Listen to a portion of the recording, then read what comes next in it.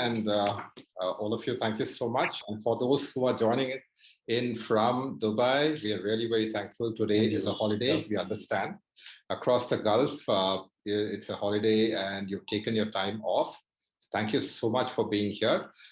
Let me make a quick introduction. So first and foremost, today we are here for the MUCU museum program, the medical program that is being delivered at our Malaysia campus, and from Manipal, of course. And we are representatives from Pedagogy. Pedagogy has been into this, into the consulting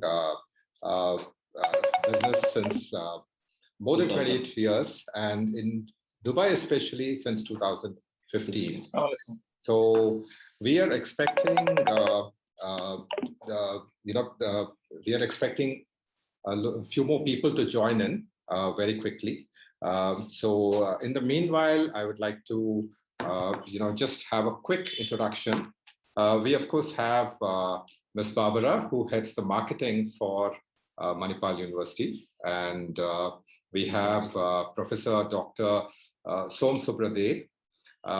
Professor is Manipal alumni, so we are really grateful that we have somebody who's representing such a big institution and who today, is also our expert speaker.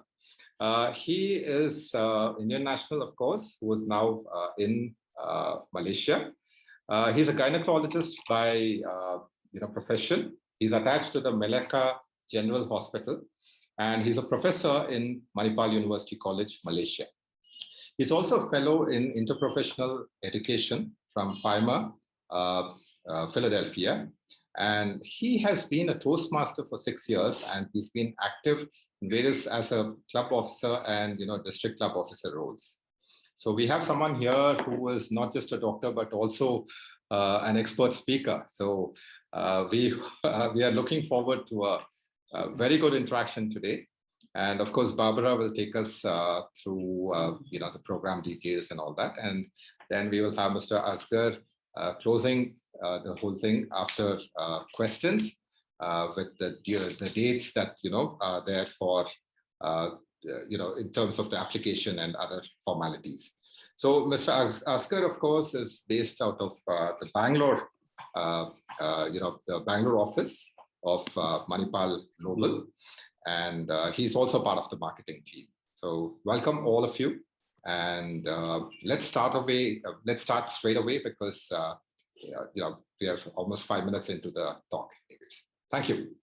We will look forward to questions from the audience. You can just type in your questions in the chat box, and we will take up the questions eventually after the presentation is completed. Thank you. So, Mr. Ashok, could you give me sharing rights, please? Screen sharing rights. Yes. Just a moment.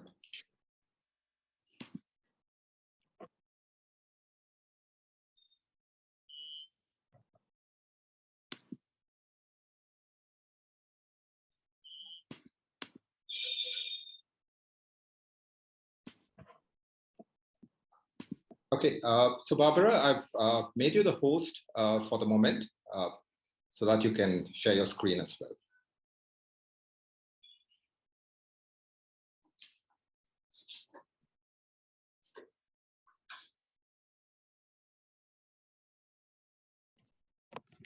Thank you very much, Mr. Ashok, and a very good afternoon to our viewers tuning in from the Gulf region. My name is Barbara and I'm attached with Manipal University College, Malaysia, here in Malacca, and we're formerly known as Malacca Manipal Medical College. You're tuning in today probably because you're aspiring to be a healthcare professional, in particular a doctor, could be a surgeon, and we hope to be able to encourage you to do your MBBS with us at MUCM. I'll start off by sharing a little bit about who Manipal University College is. MUCM, as we are affectionately known, because Manipal University College Malaysia is a mouthful, is a university under the Manipal Global Education Group. We admitted our first batch of MBBS students in 1997 in Malaysia, and we've been focusing on healthcare since our establishment. Turning 25 years old next year, we have nurtured over 10,000 doctors from Malaysia and internationally, with over 60% of our graduates having gone on to specialize in various fields, not just in Malaysia, but in the UK, US, and Australia. As of February 2021 this year, we were upgraded to university college status, and we are delighted to announce that with that upgrade, the program, the MBBS degree, is now fully conducted in Malaysia, and we are able to open our doors to Indian nationals. So the MBBS, which is a Bachelor's of Medicine and Bachelor's of Surgery, is a 5-year degree program. We have 2 intakes a year, which is April and October. We are still open for the October intake, but Mr. Ashok will share with you later that there's very little time left if you intend to commence your MBBS journey this October. Our universities in Malaysia are governed by a quota set by the Malaysian Medical Council, and our quota is no more than 200 students per intake. This ensures that each student is given the attention and our professors, our faculty members are able to teach you to the best of their abilities. Our program is divided over 10 semesters. Semesters 1 to 4, which is under phase 1, is what we call preclinical theory. These are the subjects that you cover. You'll find that this is what we call the traditional way of learning medicine, in the sense that your learning is grounded in the core subjects of anatomy, physiology, biochemistry.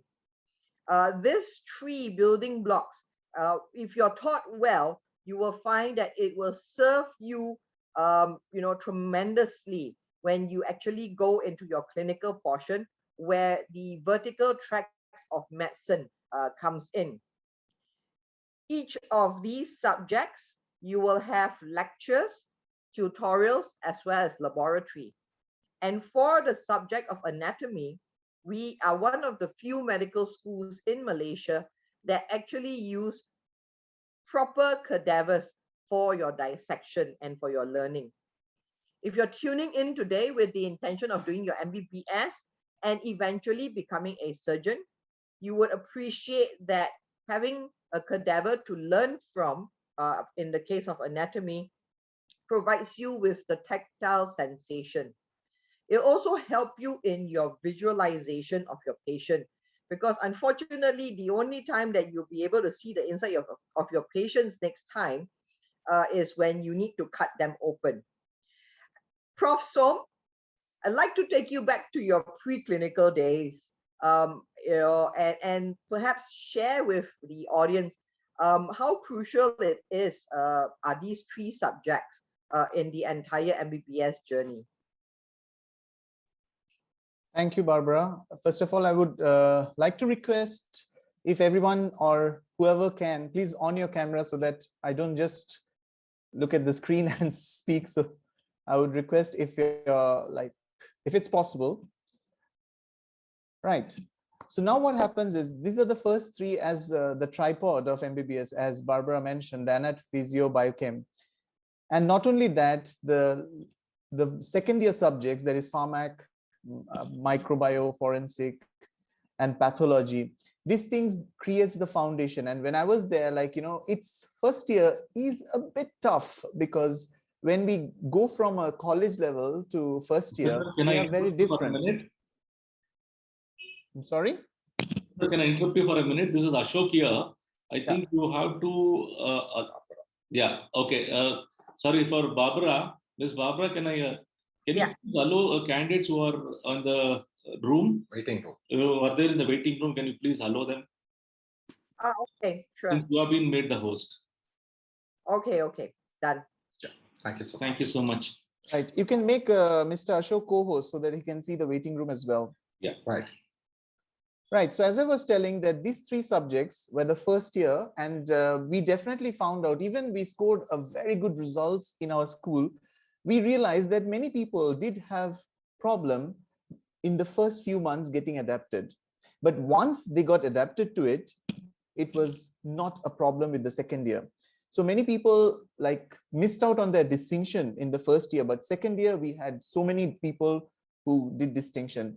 That transition is a bit tough the first month, but once they get used to it, and I'm sure with now with so much of facilities, that time we did not have this online or the graphic stuff in the 90s, early 90s, where we had to be like taught as the lecturer taught us.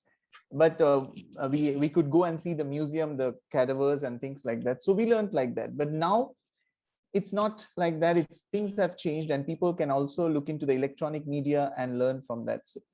But to answer Barbara's question, yes, those subjects are definitely the foundation stones. And even final year, when I teach them, I do refer. So these are like that important and crucial. Barbara, over to you. Thank you. Thank you. And from phase 1, you move on to phase 2. Now, this is where you learn the different tracks of medicine. And these are the subjects that are covered: medicine, surgery, obs and gynae, orthopedics to deal with bones, ophthalmology to deal with the eye, pediatric for children, community medicine, psychiatry, family medicine, ear, nose, and throat, emergency medicine. Now, how we teach you in this phase is what we use bedside teaching and learning, meaning you are in the hospital next to the patient and learning from the patient, at the same time also in our clinical skills lab and attending lectures. Prof. Som, would you like to share with us how does, say, for example, your obs and gynae subject is taught through this 6 semesters, through these 6 semesters? Yeah, the 5th and 6th semesters are areas when they just start their clinicals, and they may not know much. They've learned the basic sciences, but what we do is we usually get them used to the terms that are most commonly used in the hospital and give them a flavor by taking them to the hospital and meet the patients and just talk to them. The first 2 semesters, that's in the clinical or just after the basic sciences, the 5th and the 6th semester, they would meet the patients and start taking a bit of history. They will have lecture class, so the knowledge part will be there, but talking to a patient, so the soft skills development will happen there. We will give them a brief idea about communication, professionalism, ethics at that point of time during the orientation. And as they learn, like they will pick up the language. Like when I first joined KMC Manipal, I did not know Kannada. I'm from the other part of India, there is a place called Kolkata, and we speak Bengali there. I knew Hindi, but that may not work with patients who speak Kannada. Sometimes it may. So I had to learn Kannada, but most of the patients were very nice and helpful. And as I see the Malaysian patients, many of them know English. So that way, I think the students may not have that much of language barrier. But so basics, like, okay, as far as obs-gyn, okay, this is your which number of pregnancy, like where you come from, the basic introduction, and is there any problem with regards to the pregnancy that you have now, or you had problems with your previous pregnancy? These are like the basic questions, and how to put them in a scientific manner. That's the essence of 5th and 6th semester. We still don't expect them to be able to like detail us how to manage a patient as yet. That happens a bit later. 7 to 9 semester, we train them on how or what the investigations to do if a patient comes with a problem. And then following that, by the time they go to 9th semester, they usually know exactly what they're supposed to do, what kind of management they're supposed to do. And finally, when we come to the 10th semester that Barbara has mentioned as shadow housemanship, we let them go to the hospital and do hands-on. So they would, like as the name suggests, shadow housemanship, they will be with the houseman and they will be going through the ward rounds, going through the various procedures and check out what's happening. And they will have a lot of hands-on experience. We will meet them once a week in 10th semester and find out their progress.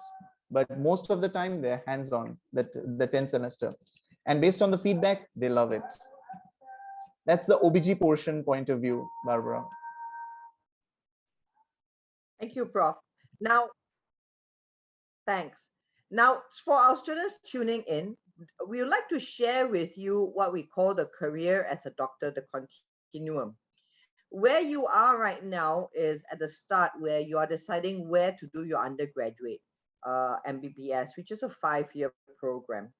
I'm speaking in the context of training and obtaining your practice license from India, where there is now, starting from 2023, a requirement for you to take an exit exam. The acronym is NEXT, National Exam, National Exit Test. The next is a 2-part exam. The first part you actually do upon graduation and before you commence your internship. So in India, the requirement is to do a 1-year internship before they give you a full licensing registration. Okay, so the internship, this 1-year internship is in Malaysia known as housemanship, which then takes us to the shadow housemanship. It will be basically your internship to the internship. And as Prof. Som says, this is where you actually learn how to apply what you've studied through the entire 9th semester in a work-related situation.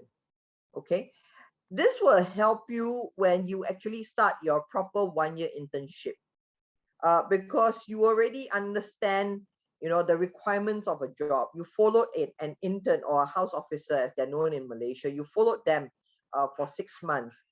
You're also more confident when you are the intern yourself, because during your shadow housemanship period, you probably had an opportunity to do some of the procedures that the house officer would have allowed you to do, right? So this is something that's unique to MUCM in Malaysia, and we are able to do this because our MBBS is mirrored after the MBBS offered at Mahe, which is a 4.5 years or 9 semester program. Okay, so this is, as I repeat, something unique to Malaysia and MUCM in Malaysia. Now, in your semesters 5 to 10, you will have some time on campus, but most of the time you will be attached to our clinical training locations. And we are attached to 7 hospitals, right? It's through the state of Malacca and Johor. Malacca is not too big a state. One end of the state to the other is probably a 45-minute drive, right? And we have got 4 hospitals within the state of Malacca. The next state, which is Johor, 45 minutes away. As I said, the border is only 45 minutes away. We are attached with 3 hospitals there, including a specialist hospital. Now, these varieties of hospital provides you access to over 1,000 patient beds, which means that you will have a significant depth and breadth of exposure to the various scenarios within the different tracks of the medical field. Yeah. Upon completing, now, if you're listening to me and you're thinking, but Barbara, I've not been back in India since I was a baby, don't particularly have any intentions to, then your options would be to obtain a license through the various national bodies. So in the US, it's called USMLE. In the UK, it's FLAP. Australia is the Australian Medical Council exams. Prof. Som, could you tell us a bit about these exams and how MUCM prepares our graduates for them? Yeah, well, let's dive in straight to USMLE. We recently actually opened up all the first year, second year, and also the final years. The USMLE works in 3 steps. That means they have to write 3 steps. The step 1 is something that they can write after they finish the 4th semester. That means the second year. That's the uniqueness of USMLE. USMLE is the exam. It's a licensing exam. That means once they give the exam, it does not like they become a specialist immediately. It is like when they give the exam, they can be matched with a specialist program in the US. So USMLE, like once they finish our MBBS, they can, once they finish USMLE, then based on their scores, they can be matched in the US residency program. Now, what we do in our college is that we train the students. We have our Malaysian partners, and the main training agents are Kaplan. That's the training people, the ones who train. And Kaplan is pretty famous, and they say that they have very high success rate. And we have quite a few of our alumni based in US as well. And we have regular talks on how to go about USMLE. Recently, we sent 33 names to our partners who are now going in through their counseling and payment procedures. And majority of them, surprisingly, is the second and third year students, because step one is usually the subjects which Barbara showed initially.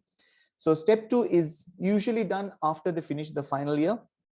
And then they have the clinical, the OSCE type of questions. That means it's more of a simulated clinical exams, which they have to go to US and take.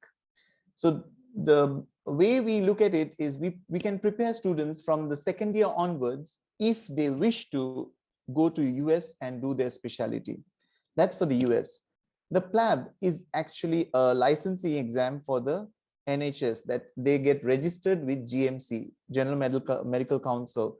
So once for the PLAB, we used to have regularly, before the pandemic hit us, regularly at least once a year, PLAB Part 1 exam preparatory course in our campus, where we used to get trainers from Manchester. That our partners in UK is based in Manchester, and they used to fly down to campus, and 2 days of at least 8 to 9 hours per day training they used to have, with a couple of mock exams to prep our students for Part 1.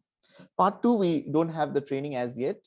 But once they finish Part 1, we usually recommend students to go to UK to give their Part 2. And once they finish the Part 2, once again, they can actually join at a houseman level called foundation year, if they do not want to do housemanship or internship. If they wish to do that, that's also quite okay. Right, AMC is for the Australian. It also comes with those 2 parts. Now, Australia, we do have students who have gone there on their own. This November 20th, we have one of our alumni from batch 25. At the moment, we have batch 48. So you can understand batch 25. She's a practicing GP in Australia. She's based in Sydney. She's going to come and give us a talk on Zoom that we're going to arrange on 20th November. So we keep our students aware of how they can go to these places of practice. And when we talk about AMC, I'm sure we're going to touch about New Zealand as well. So these are like the few foreign exams where they can actually leave Malaysia and go. It's also for Malaysian students who wish to practice abroad, who have relatives and they want to migrate to those countries. It's also for them. So USMLE and PLAB, we have regular courses that are ongoing at the moment. And PLAB, I recently had a talk yesterday with our Manchester partner, and we are trying to do a virtual training for Part 1 over a period of 3 weeks, because online training is very taxing compared to 8-9 hours physical. So we'll probably break it down to 4 to 6 hours over 3 weeks, 3 weekends, that is Saturday, Sunday. So that means it will be more time, but spread over. So that one, we are working on that. And hopefully if by Jan 2022, if the borders open and they're not made to quarantine, then definitely we'll start or resume our physical trainings and get them from the UK to come in. At the moment, this is the status, Barbara. Right. Thank you, Prof. Som. But I guess the point.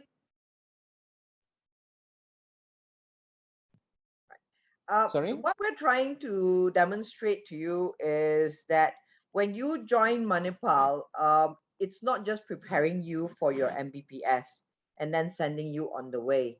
But we have an extensive alumni network that will guide you and mentor you into the specialization and destination of your choice. So that's the beauty of joining an institution like MUCM. I'm going to take you on a quick pictorial tour of our facilities. We'll start with our preclinical, where this is our facilities for anatomy.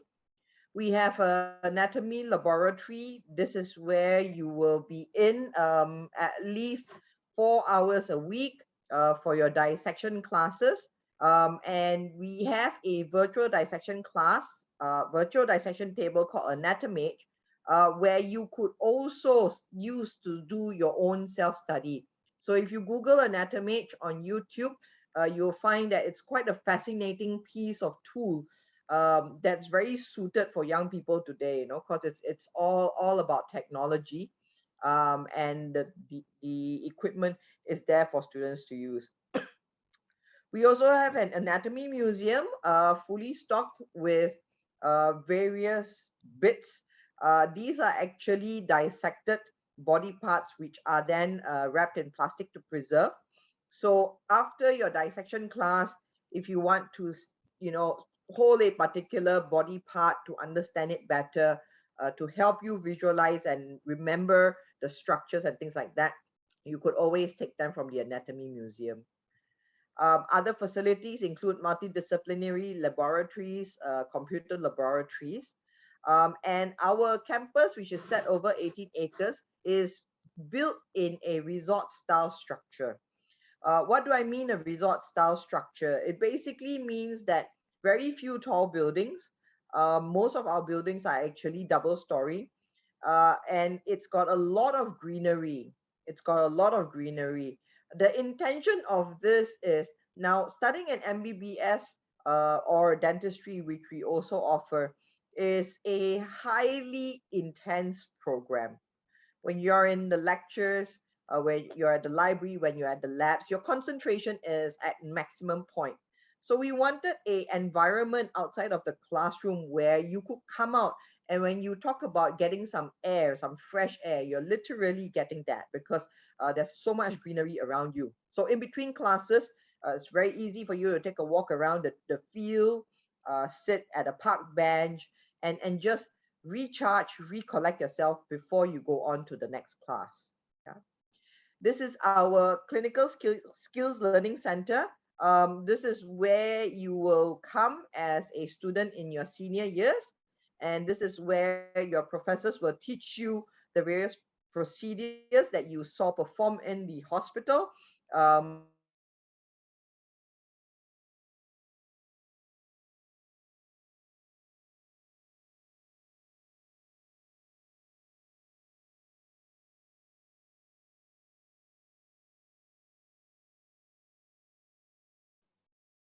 Hi, sorry about that. I think I lost my connection.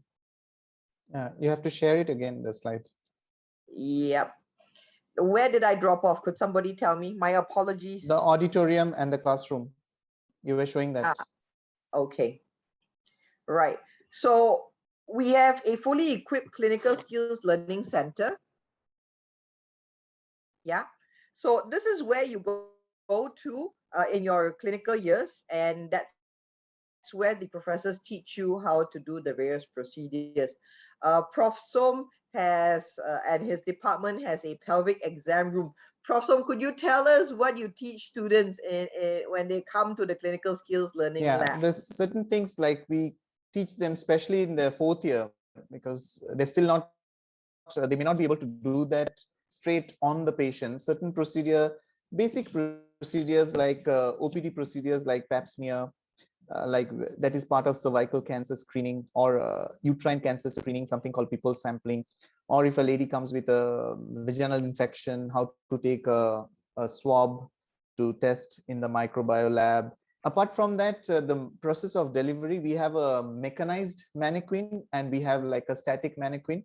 Mechanized mannequin will deliver on its own, and the student will be standing at the pelvic end trying to deliver the baby. Of course, there's no blood, there's no that feel is not there as such. Like when they go to the shadow housemanship, they can actually feel. But here, before going for that, they get an idea. So when they go for shadow housemanship, or when they observe the thing in reality, they don't get a shock. So this is like basically priming them for the real stuff. Apart from that, a lot of instruments they get used to, especially when they go to the operation theaters. So they're not like totally like lack of awareness. What is that instrument? So we train them on what are the instruments that are used in various operative procedures. So they are well aware. By the time they reach their 10th semester, they know exactly what's happening. Maybe if it's a bit modified, sometimes during operation we improvise things. So then the surgeon would tell them what's happening. But otherwise, they're pretty aware of the mannequin compared to the real life, what is the procedure. They get a priming of that. Yep. Thank you. So now moving on, if you've not been to Malaysia, we hope to welcome you, and in particular to Malacca, where we are located. Malacca, as I said, is not a very large state. The beauty of it being a small state of under 1 million population is the intimacy and the welcome that you would get as an international student. Malacca is a historical site and a key tourist location. So the Malaccan people are very used to having a international presence. And in particular for you as a student, this is beneficial because during your clinical years and you're in the hospital, the people who are there as the patients are the local Malaccans. And because they're warm and welcoming, it helps you build and focus your skills instead of worrying, oh, is the patient not going to like me? Is the patient not going to let me ask them questions? Okay. We provide you accommodation. The girls' hostel are within campus gates. The boys' hostel is 500 meters, which is about 5 minutes walk. And if you are posted to our teaching locations in Muar, which is the next state, we have hostels there as well. All our hostels are single room with attached bathroom. So they are single ensuite with aircon, right? And the hostel comes with facilities like a common pantry, laundry facilities, study area. So, you know, if you're not planning to walk over to the library, you could always do your study groups with your friends at the hostel study area. We are also fully equipped in terms of sports. It's almost like you name it, we have the facility for it, right down to a sauna room for girls and boys. We also have a cricket lawn. So if cricket is your thing, please remember to bring your bat. And in terms of student activity outside of the classroom, we have a very active and vibrant student life led by our student council.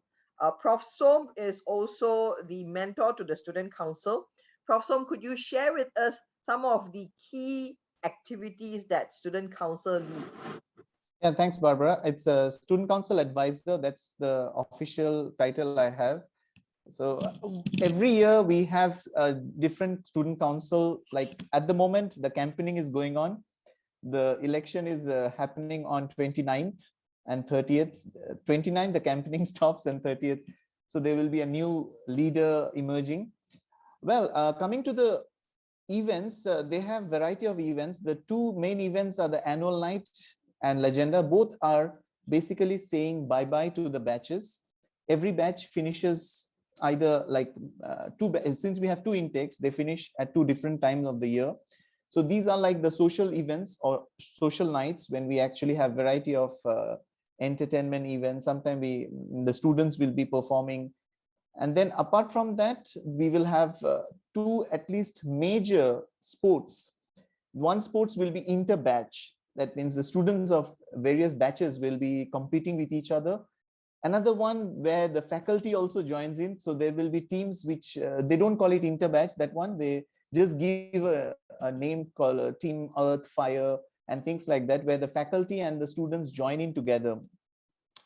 And apart from these sports and like the annual social night, there are competitions about on cultural, like dancing, music, singing, solo singing, and things like that. Recently, we have focused, since we could not do all those things at the moment, we did a lot of like charity work for the last 12 months. Our student council, like, you know, they could not really do all these sports. In between, when they relaxed a bit, they did some football or like tennis and all, which doesn't need, not football, tennis, which doesn't need much of contact. Squash, they could play. But then there are limitations also, according to the SOP, what they can play. So during this time, the student gathered and maintained all the precautions, and they did a lot of charity work. So that one was the highlight for this particular term. Otherwise, there will be many other events. There are various portfolios where they have community service. And the student council per se is for student welfare as well. So if student has any difficulty in finding issues in the hostel, there's a student welfare group, so they can approach them. So student council takes care of the student, and that is what the council does. Now, what a student can get out of council is not just those facilities or enjoyment, but they get to learn leadership as well. So when they take up the role of a council exco, executive committee, they also take up a leadership role, and that's how they can develop, they can have self-development as well. So these are like part of council, what we can do, and being a council member, what they can gain. So it's both a win-win situation. So I remember this is batch 35 pictures. So it's very nice when we still could come together. But at the moment, hopefully next year we get to take pictures, but I'm sure there will be a mask. Everyone will be wearing a mask and the pictures won't be the same as pre-corona, but what to do? We have to adapt. Over to you, Barbara. Actually, these pictures are making me nostalgic, so I'm just getting carried away. Sorry. As with the following pictures, which is just some pictorial scenery of what Malacca city is like. It's a modern city, even though there are many historical and heritage sites that are preserved. So a shopping mall, the nearest shopping mall to campus is 10 minutes by car. We've got our own beach because we are a coastal city. As you can see through the middle photo there, that's Klebang Beach, the sand dunes, a very popular spot with our students. Somehow after exams, you know, your class reps would organize that everyone head down there for a barbecue and unwind. We've got a river that runs through the city and a nice riverside walkway where a lot of people, you know, if you're a fitness buff and you like to run, it's actually a very nice route for you to take in running or jogging. We've also got very many Instagrammable cafes. Food is at the heart of Malacca.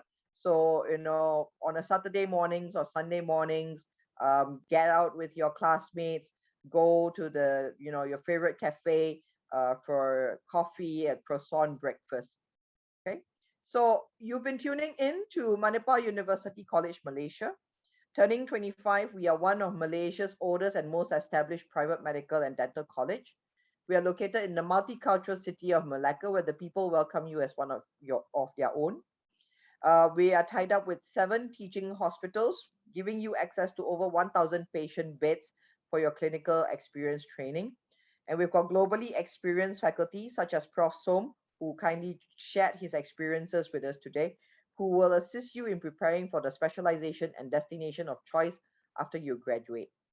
So I'm going to hand you back to Mr. Ashok and his team to talk to you about the admission procedures. And we'll take any questions that you may have in the chat box. Unfortunately, we have Prof. Som only for the next 20 minutes. So if you've got any questions related to the teaching and learning, please ask them now in the chat box so that Prof. Som can take your questions. Back to you, Mr. Ashok. Thank you so much, Barbara and Professor. Yeah, we would like to give you some information about how the admission procedure would actually start here. Well, any interested students who wish to pursue medical education from like MUCM, initially they have to apply. It's an online application with the class 10 and the class 12 mark sheet. And of course, yes, they would be given a separate code by us. So with that, they can, we are going to log in the application along with the passport copies. And of course, yes, since the NEET score is still not yet out, we would start with the class 10 and the class 12 mark sheets. And once after you apply, and there is an actually application fees of $120, which has to be paid. Once after the application is logged in, then we are going to schedule the interview. That will be a personal interview. And the personal interview would be on a one-to-one that would be conducted from the university directly on a one-to-one. And once after selection, you would be getting an offer letter from the university.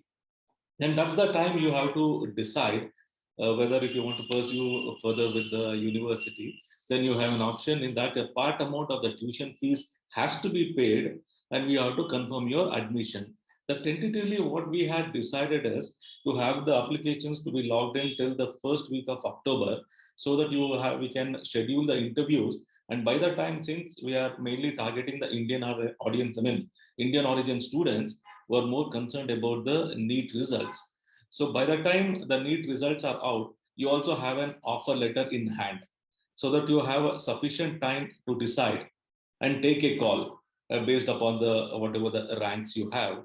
And then the reason for us to start the application process early is, if the student wish to actually start the application process after the NEET results, it would take another 15 days from then on, maybe till the end of the October. By that time, the classes would have been started, and since the process of the admission would take anywhere between 4 to 5 weeks. So we don't want the students to miss the, even let it be even the online classes. We don't want any of the students to miss the classes. So we would request the students to log in their application as soon as possible. Okay, we are open for questions. If any of you have questions, you can put them in the chat box.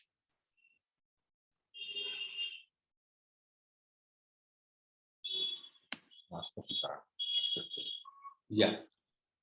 So I would request Mr. Asgar to give his information about the further process. Sure. Thanks, everybody. Firstly, a big thank you to Dr. Som and Barbara for actually joining us. It's currently about 8:30 in Malaysia. 2.5 hours or 4 hours ahead for you. 2.5 hours ahead of the India time. So thanks, Dr. Som and Barbara, for sparing the time for the team for GCC market. Thanks to Prashant also for organizing this, and Ashok and team for giving such opportunities for students who are based out of the Middle East market. This is a very, very honestly speaking, I think most of the points have been covered. I would just like to add the thing that Manipal, with the history of Manipal being the first private medical college in India, the KMC, the Institution of Eminence, it's a golden opportunity for you to really look at taking this opportunity where we are accepting students from this year, from this batch. And the fact remains that the most important factor in going forward for all medical aspirants is that with the next examination coming on board, it's going to be a plain field where in the quality of teaching and the quality of education or the university that you're graduating is going to be important, because the next examination is not only applicable for students who are studying outside of India, but for Indian students who are studying in India, right? So it's important for you to choose the right university purely based on the teaching faculty, the infrastructure in terms of the labs and the other faculty members which are available, and also for the fact that the brand Manipal is so well accepted in the entire world, with a great alumni, not only in Malaysia, but across the world. And Manipal being the largest healthcare provider in India, it gives a great opportunity for you to get accepted in the healthcare industry as an overall when you graduate. On the admission process, I think Mr. Ashok, you have covered most of the points. I think the process is basically on first come first basis. We already have a lot of applications that already come in. A slight correction: the application fee is not $120; it is $150. Okay. And it's purely on first come first basis. So the deadlines are coming close. This is basically an opportunity for you to really look at making the decision. I know NEET exam has been tough this year. I've been handling a lot of calls from a lot of parents. A lot of doctor parents have been calling me, and in fact, I'm actually sorry, I'm traveling. I'm actually going to meet the one of the top doctors in India for an association that has invited me to do a session for their children. So we know that this year has been tough, and with the pandemic and the online education system. So here's an opportunity for you to choose one of the biggest brands in the healthcare segment, not only in the education sector, but the healthcare segment itself. So we are open to any questions. This is a one-off golden opportunity for all of you to open up and ask us the right questions, and we'll be more than happy to answer them. Yeah. So, any questions? Yeah, Mr. Oscar, there was one question from Razan Hoeb. So, Sure. of course, we are all doing well. Thank you so much, Razan, for asking. And he goes, I mean, the question is like this. I wanted to ask that after 5 years in Malaysia, after you graduate with MBBS, I heard that you can do your internship at KMC Manipal in India after clearing next one. Okay. Is this confirmed? Okay.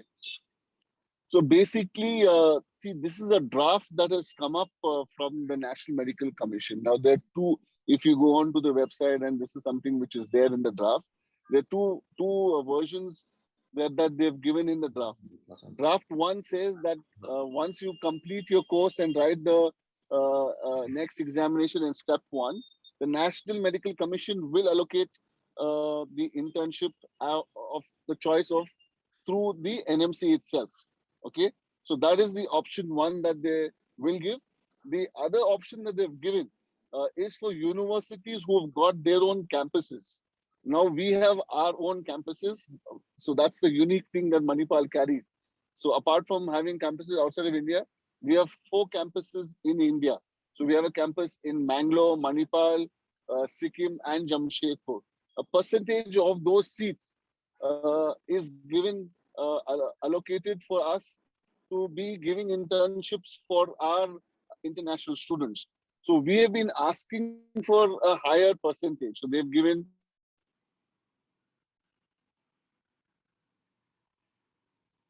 Oscar, we've lost more percentage. So basically, this is the area where we will be able to confirm once NMC accepts.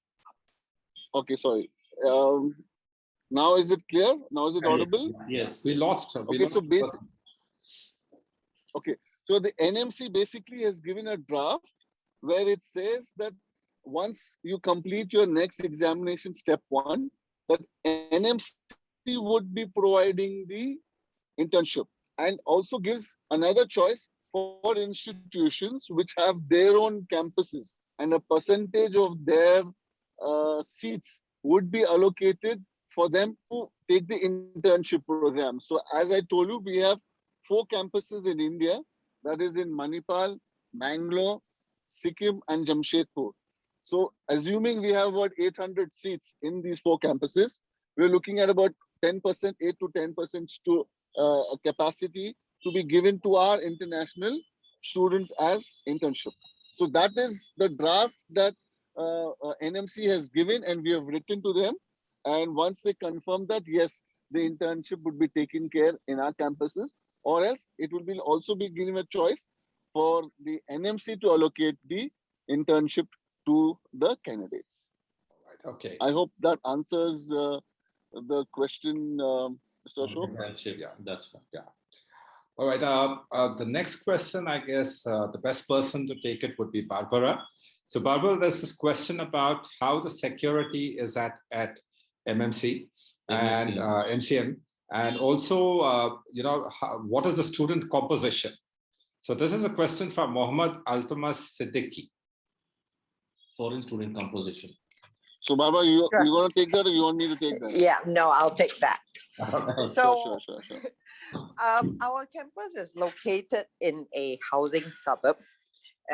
It's an established housing suburb.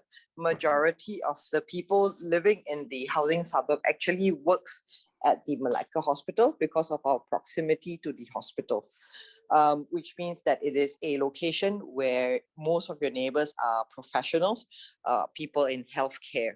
So that itself is quite a testament towards the security and safety of the surrounding. Within the campus itself, all entry points have got security checks. Yeah. And in terms of access to the hostel, again, there is security check. With security check comes rules, of course. We do have got hours where you need to report back to the hostel. What happens if you're late? Does that mean you have to sleep under a tree in a park bench? No. The guards will still let you in so you can go back to your bed, but your name and details will be taken down, and you will definitely be hearing from the head of student services for your first few offenses. So, so that you're reminded that you keep a decent hour, be safe and stuff like that. Of course, if you're a repeat offender, then you'll be seeing other people within the system, such as your dean of faculty, and maybe even the vice chancellor himself.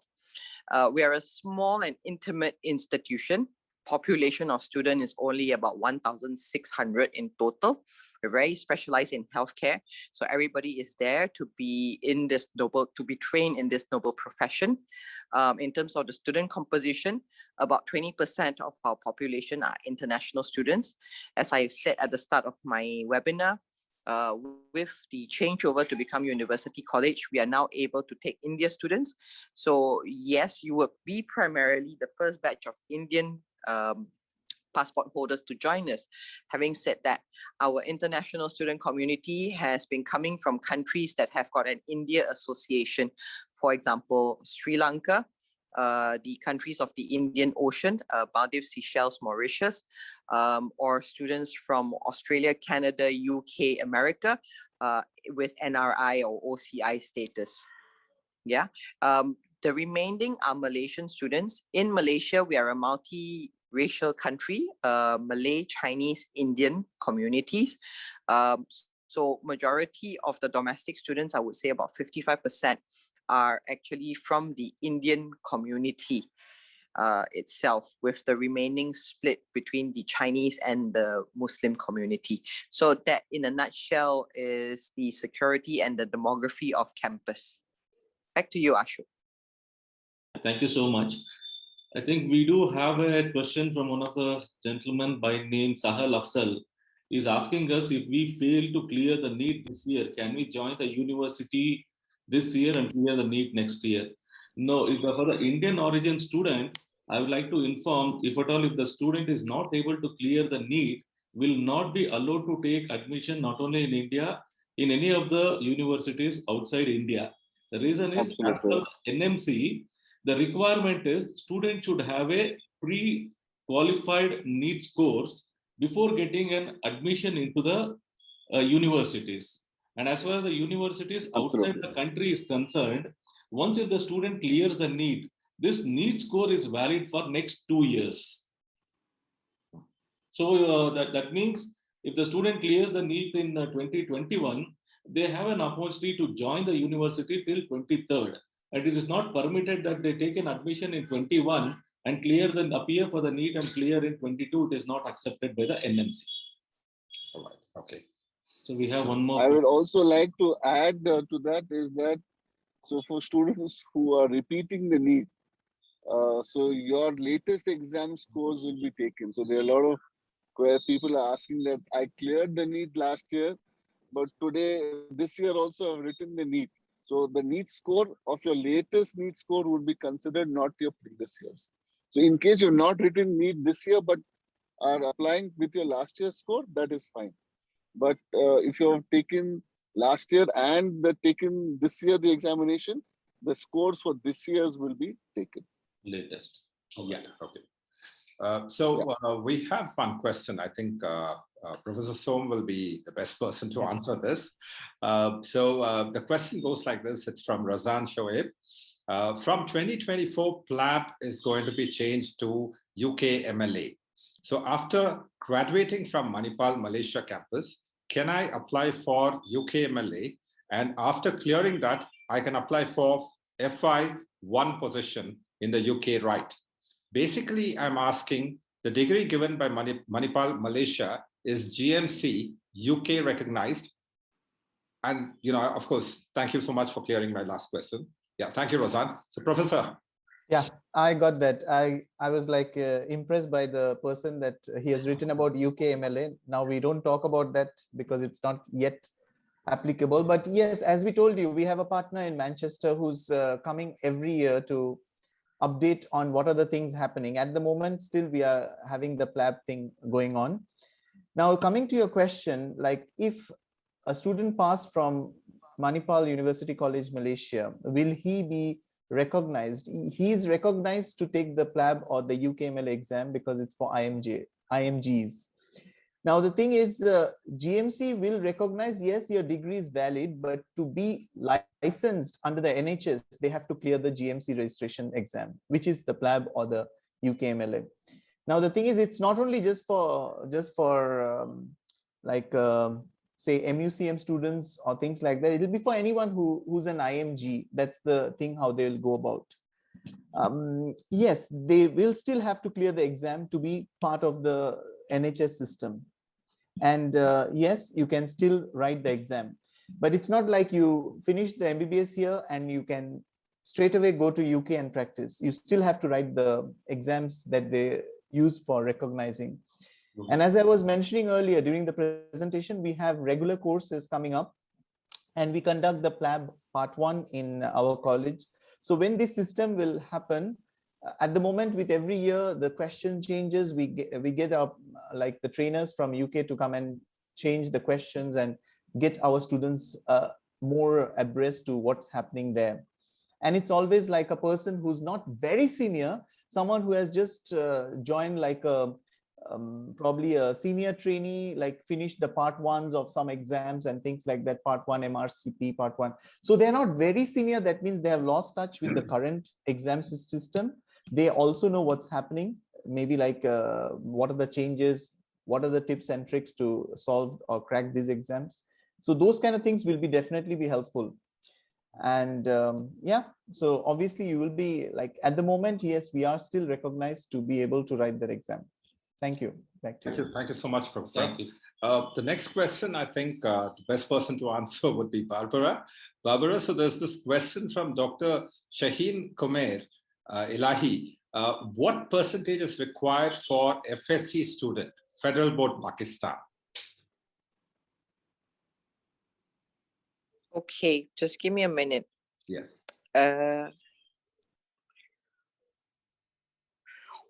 We basically, the entry requirements, we peg it against the A levels, the UK A levels, where you need to attain grades B, B, or equivalent.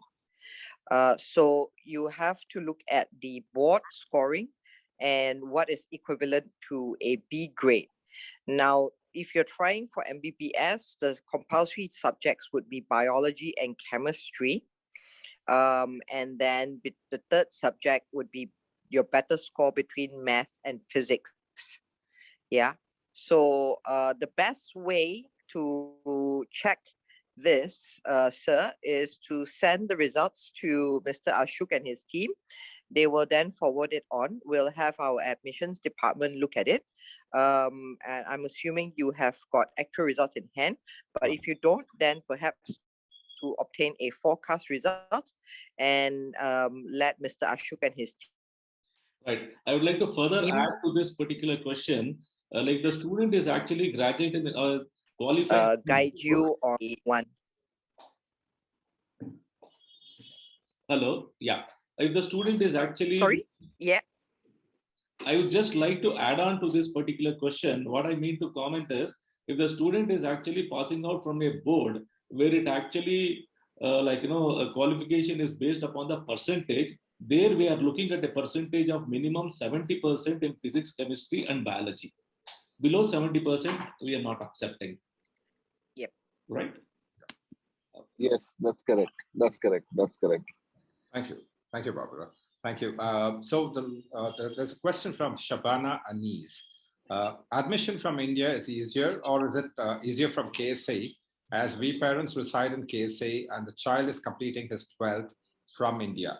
Okay. Maybe I would like to add a comment on this. Probably even Asghar also could, can help me out. Sure.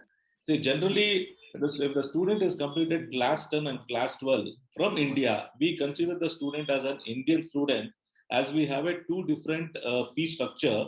The fee structure differs from an Indian student, that is the student completing class 10 and class 12 from India, and the student who is completing class 10 and class 12 from out of India. the students completing from out of India would be considered as an NRI student, and the fees would be applicable accordingly. You're absolutely right, Mr. Ashok, in that. One is the fee structure. When it comes to the application process, it is common across. So it's an online application process that we follow. There is no changes whether you apply through Mr. Ashok. It's all online. So the ecosystem and the qualification remains the same. The only differentiator is on the pricing. All right. Okay. Any further questions? Anybody? We are open to taking questions. I think Professor Som would be exiting very soon. So, Professor Som, I know you're pressed for time. Okay, we have one question. Thank you for answering the first question, but I have a couple more questions. Firstly, is the exact fee structure? Secondly, if the first semester is online, and when will physical classes begin? Thirdly, when will the intake begin? I think we will take this offline. Yes, we will. All right. So Mr. Ashok will get in touch with you, Mr. Mohammed Altamas. Dr. Shaheen, what is the fee structure for students who completed FSC from KSA? All right. So we would have to take this offline. I think we are running short of time.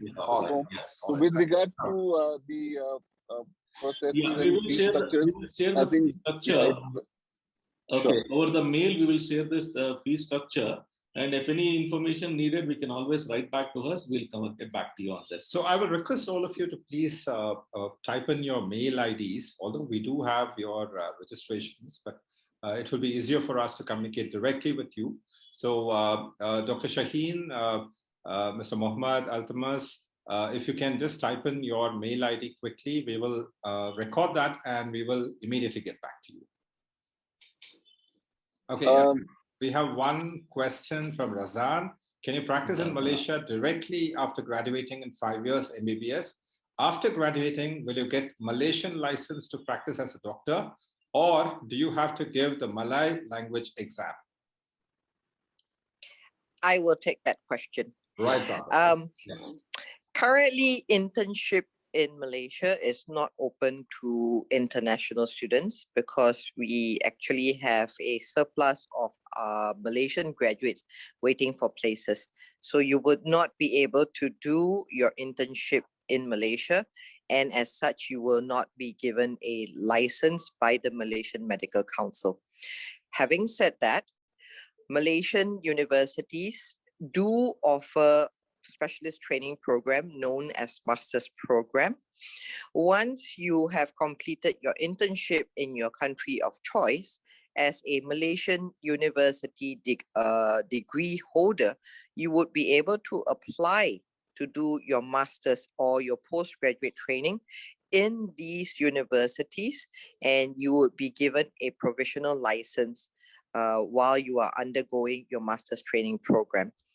We have got fields of specialization in Malaysia where there is a severe shortage. If you decide that you've fallen in love with Malaysia and you wish to practice in Malaysia, then do be sure to pick the fields where there is a shortage, because that would be the easiest and the fastest way for you to get a job once you've completed your specialization training and passed the postgraduate master's program. All right. Thank you so much, Barbara. I think Professor Som has to exit now. Yes. So, Doctor, thank you so much for your time. And thank you so much. I mean, of course, you've seen some nostalgic pictures. We hope that those times return quickly. So thank you. Have a great evening. And thank you very much. I'll be going to Mahe now through MS Teams. So if there's any question, do WhatsApp me. I will definitely answer those, especially related to specialization and academics. Thank you. Okay, Barbara, and thank you. Thanks. Bye, Asghar. Have a much. safe flight. Thank you so much. Bye, Prashant. Thank you so much.